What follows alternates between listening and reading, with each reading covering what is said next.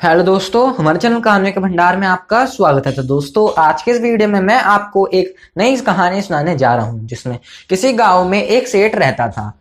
उसका एक ही बेटा था जो व्यापार के काम से परदेश गया हुआ था। सेठ की बहू एक दिन कुएं पर पानी भरने गई।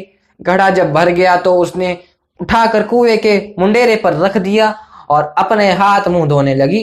तभी कहीं से चार राहगीर वहां आ पहुंचे। एक राहगीर बोला, बहन मैं बहुत प्यासा हूं, क्या मुझे पानी पिला दोगी? सेठ की बहू को पानी पिलाने में थोड़ी हिचकिचाहट महसूस हुई, क्योंकि वह उस समय कम कपड़े में पहने हुई थी। उसके पास लोटा या गिलास भी नहीं था जिससे वह पानी पिला देती। इसी कारण वह उन राहगीरियों को पानी पिलाने उससे उसे ठीक नहीं लगा। बहू ने उससे पूछा, आप कौन हो? राहगीर ने कहा, मैं एक यात्री हूं। बहू बोली, यात्री तो संसार में केवल दो ही प्रकार के होते हैं, आप दोनों में से कौन से हो? अगर आप मेरे इस सवाल का सही जवाब दे देते हो तो मैं आपको पानी पिला दूंगी, नहीं तो मैं आपको पानी नहीं पिलाऊंगी। बेचारा राहगीर उसकी बात का कोई जवाब नहीं दे पाया। तभी दूसरे राहगीर ने पानी पिलाने की विनती की। बहू ने दूसरे राहगीर से पूछा, अच्छा तो आप बताइए कि आप कौन हैं? दूसरा राहगीर बोला कि मैं तो एक गरीब आदमी हूं। सेठ की बहू बोली, भैया गरीब तो केवल दो ही प्रकार के होते हैं, उनमें से आप कौन हो? प्रश्न सुनकर दूसरा राहगीर चकरा गया। उसको कोई जवाब नहीं सूझा तो वह चुपचाप हट गया। तीसरा राहगीर बोला, बहन मुझे पानी पिला दो, आप ईश्वर के लिए मुझे पानी पिला दो। बहन ने पूछा, आप कौन है? तीसरा राहगीर बोला, मैं तो एक अनपढ़ गवार हूं। यह सुनकर वह बोली, अरे भाई, अनपढ़ गवार तो इस संसार में बस दो ही प्रकार के हैं, आप उनमें से कौन हो? बेचारा तीसरा राहगीर भी कुछ बोल नहीं पाया। अंत में चौथा राहगीर आया और बोला, बहन मेहरबानी करके मुझे पानी पिला दो, प्यासे को पानी पिलाना बड़े पुण्य का काम होता है। सेठ की बहू बड़ी चतुर और होशियार थी। उसने चौथे राहगीर से पूछा, आप कौन है? वह राहगीर अपनी खींच छिपाते हुए बोला, बहन मैं बड़ा ही मूर्ख हूं। बहू ने बोला, मूर्ख तो संसार में केवल दो ही प्रकार के होते हैं, आप उनमें से कौन है? वह बेचारा भी उसके प्रश्नों का उत्तर नहीं दे सका। चारों पानी पिए बगैर ही वहां से जाने लगे तो बहू बोली, यहां से थोड़ी दूर पर मेरा घर है, आप लोग कृपया करके वहां चलिए, मैं आपको पानी पिला दूंगी। चारों राहगीर उसके घर की तरफ चल पड़े। बहू ने इसी बीच पानी का घड़ा उठाया और छोटे रास्ते से अपने घर पहुंच गई। उसने घड़ा रख दिया और अपने कपड़े ठीक तरह से पहन लिए। इतने में वह चारों राहगीर उसके घर पहुंच गए। बहू ने उन्हें सभी को गोड़ दिया और पानी पिलाया। पानी पीने के बाद वह राहगीर अपनी राह पर चले गए। सेठ उस समय घर में एक तरफ बैठा यह सब देख रहा था। उसे बड़ा दुख हुआ। वह सोचने लगा, इसका पति तो व्यापार करने के लिए परदेश गया हुआ है और यह उसकी गैर हाजिरी में पराये मर्दों को घर बुलाती है, उनके साथ हंसती बोलती है। इसे तो मेरा भी लिहाज नहीं है। यह सब देखा अगर मैं चुप रह गया तो आगे से इसकी हिम्मत और बढ़ जाएगी। मेरे सामने इसे किसी से बोलते बतियाने में शर्म नहीं आती तो मेरे पीछे ना जाने क्या क्या करती होगी। फिर एक बात यह भी थी कि बीमार कोई अपने आप ठीक नहीं होता, उसके लिए वैद्य के पास जाना पड़ता है। क्यों ना इसका फैसला राजा पर ही छोड़ दूं। यही सोचते हुए सीधा राजा के पास जा पहुंचा और अपनी परेशानी बताई। सेठ की सारी बातें सुनकर राजा ने उसी वक्त बहू को बुलाने के लिए सिपाही बुलवा भेजे और उन्हें कहा, तुरंत सेठ की बहू को राजसभा में उपस्थित किया जाए। राजा ने सिपाही को अपने घर पर आया देख उस सेठ की पत्नी ने अपनी बहू से पूछा, क्या बात है बहू रानी, तुम्हारी किसी के साथ कहा सुनी हो गई है क्या, जो जो उसकी शिकायत पर राजा ने तुरंत तुम्हारे लिए सिपाही भेज दिए। बहू ने सास की चिंता को दूर करते हुए कहा, नहीं सासू माँ, मेरी किसी से साथ कोई कहा सुनी नहीं हुई है, आप जरा भी फिक्र ना करें।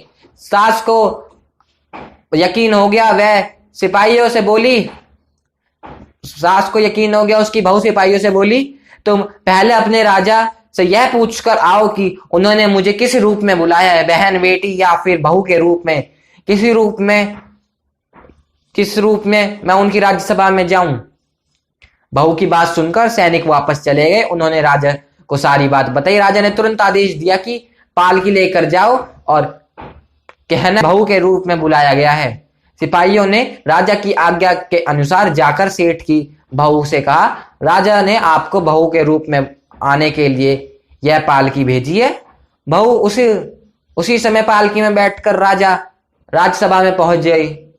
राजा ने बहू से पूछा, तुम दूसरे पुरुषों को घर क्यों बुला लाई जबकि तुम्हारा पति घर पर नहीं है।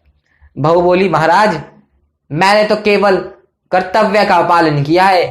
प्यासे व्यक्तियों को पानी पिलाना कोई अपराध नहीं है, यह हर गृहिणी का कर्तव्य है। जब मैं उन कुएं पर पानी भरने गई थी तब तन पर मेरे कपड़े अजनबियों के सम्मुख उपस्थित होने में अनुरूप नहीं थे। इसी कारण उन राहगीरों को कुएं पर पानी नहीं पिलाया। उन्हें बड़ी प्यास लगी थी और मैं उन्हें पानी पिलाने चाहती थी, इसलिए उनसे मैंने मुश्किल प्रश्न पूछे और जब वह उनका उत्तर नहीं दे पाए तो उन्हें घर बुला लिया। घर पहुंचकर ही उन्हें पानी पिलाना उचित था। राजा को बहू की बात ठीक लगी। राजा को उन प्रश्नों के बारे में जानने की बड़ी उत्सुकता हुई जो बहू ने चारों राहगीरों से पूछे थे। राजा ने सेठ की बहू से कहा, भला मैं भी तो सुनूं कि वह कौन से प्रश्न थे जिनका उत्तर वह लोग नहीं दे पाए। बहू ने तब सभी प्रश्न दोहराए दिए। बहू के प्रश्न सुन राजा और सभाधन चकित हो रह गए। फिर राजा ने उससे कहा, तुम खुद ही इन प्रश्नों के उत्तर दो, हम अब तुमसे यह जानना चाहते हैं। बहू बोली, महाराज, मेरी दृष्टि में पहले प्रश्न का उत्तर है कि संसार में सिर्फ दो ही यात्री हैं, सूर्य और चंद्रमा। मेरे दूसरे प्रश्न का उत्तर है कि बहू और गाय इस पृथ्वी पर ऐसे दो प्राणी हैं जो गरीब हैं। अब मैं तीसरे प्रश्न का उत्तर सुनाती हूं। महाराज, हर इंसान के साथ हमेशा अनपढ़ गवारों की तरह जो हमेशा चलता रहता है वह है भोजन और पानी।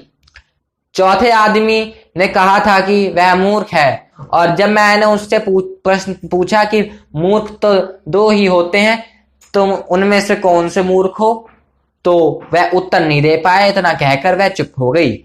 राजा ने बड़े आश्चर्य से पूछा, क्या तुम्हारी नजर में इस संसार में सिर्फ दो ही मूर्ख हैं? हाँ महाराज, इस समय मेरी नजरों में सिर्फ दो ही मूर्ख हैं। राजा ने कहा, तुरंत बताओ कि वह दो मूर्ख कौन है। इस पर बहू बोली, महाराज, मेरी जान बख्श दी जाए तो मैं इसका उत्तर दूं। राजा को बड़ी उत्सुकता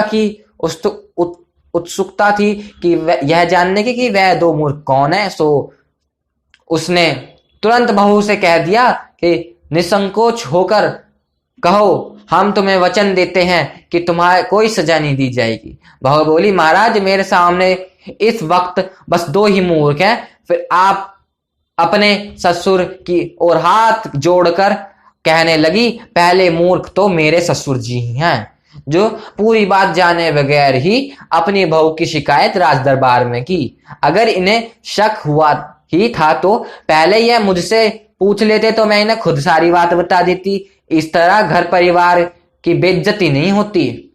ससुर को अपनी गलती का एहसास हुआ। उसने बहू से माफी मांग ली। बहू चुप रही। राजा ने तब पूछा, और दूसरा मूर्ख कौन है? बहू ने कहा, दूसरा मूर्ख खुद इस राज्य का राजा है, जिसने अपनी बहू की मान मर्यादा का जरा भी ख्याल नहीं रखा और बिना सोचे समझे बहू को भरी राजसभा में बुलवा दिया। बहू की बात सुनकर राजा पहले तो क्रोध से आग बबूला हो गया, परंतु तभी सारी बात उसकी समझ में आ गई। समझ में आने पर राजा ने बहू को उसकी समझदारी को और चतुराई पर बहुत सारा धन्यवाद दिया और ढेर सारे पुरस्कार देकर सम्मान सहित विदा कर दिया। तो दोस्तों, अगर आपको हमारी यह छोटी सी कहानी अच्छी लगी हो तो प्लीज हमारे चैनल को लाइक करें, सब्सक्राइब करें और शेयर करें। राधे राधे।